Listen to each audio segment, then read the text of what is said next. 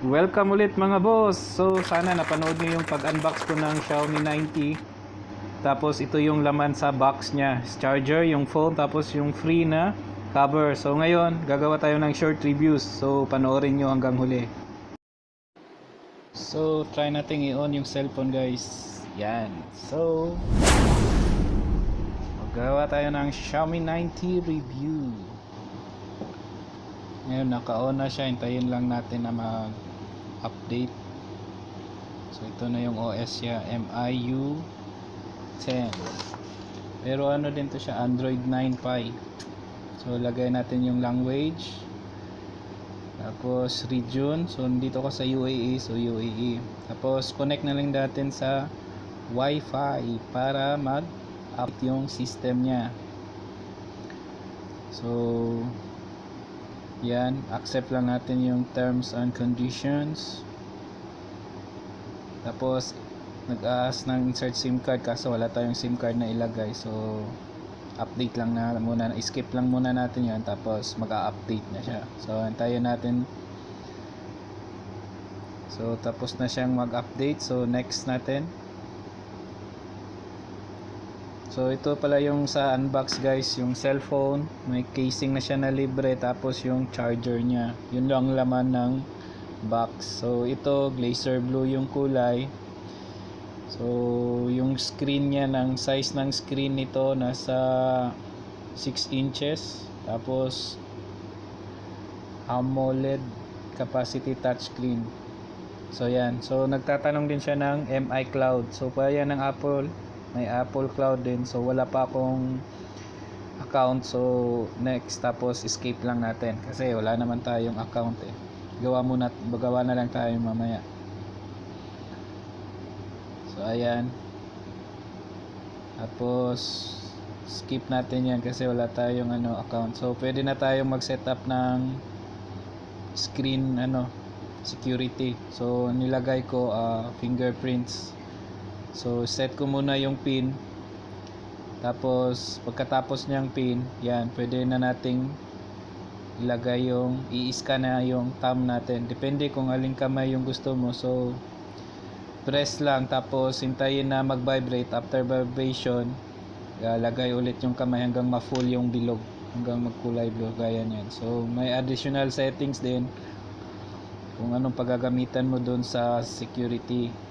Tapos pili tayo ng natin, wallpaper. So mas gusto ko yung pula. So select natin yung pula. Next. Tapos magpa-final loading na yan.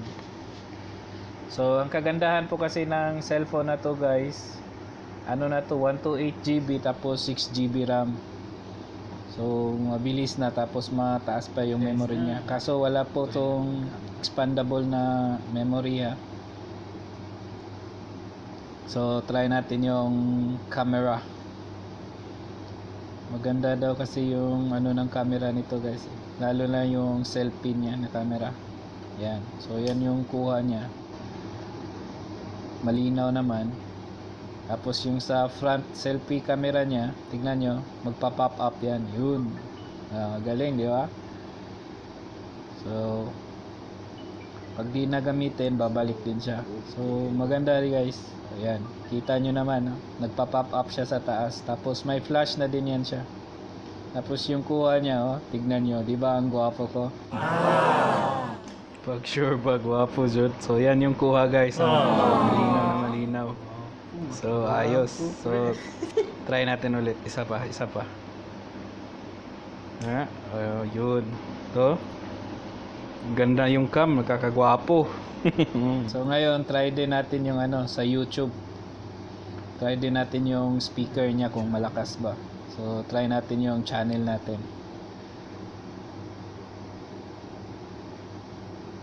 So search lang natin Juanito channel, tapos yan, pili tayong isang video natin.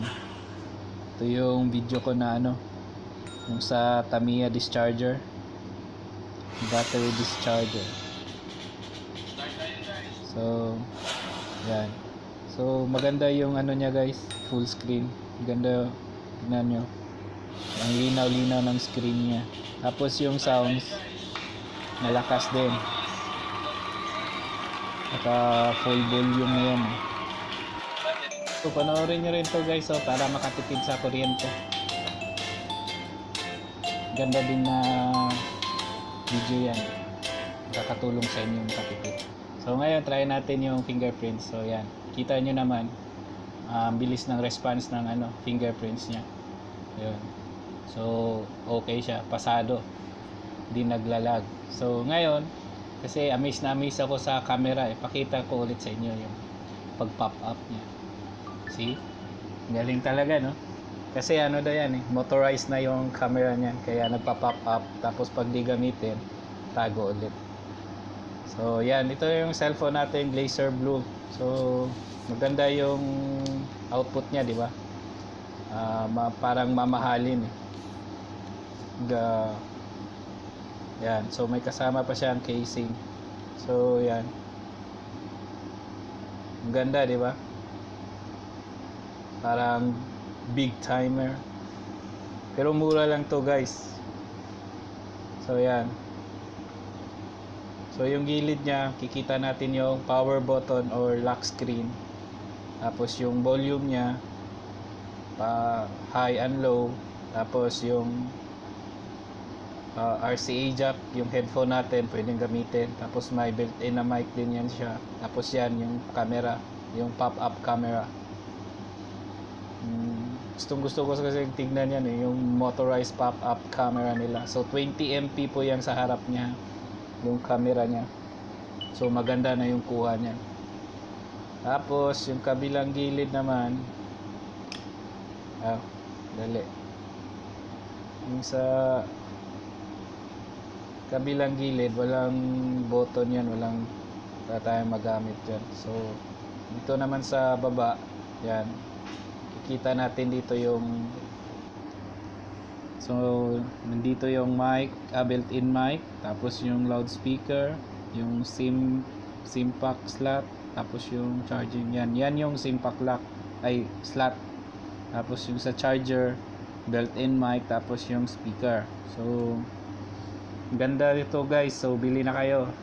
Tapos yung sa likod dito yung camera, so 48 MP camera, 8 MP na telephoto, tapos 13 MP na ultra wide, tapos yung flash nya. So may tatak din siyang MI na logo sa likod. So sana nakatulong to guys. Huwag niyong kalimutang mag-subscribe and like, tapos share nyo na rin sa iba. Maganda din tong features niya sa charging guys, tignan nyo. Pag i-charge nyo, ang ganda ng animation niya. For watching guys, thumbs up, like, and share to your friends. Thank you.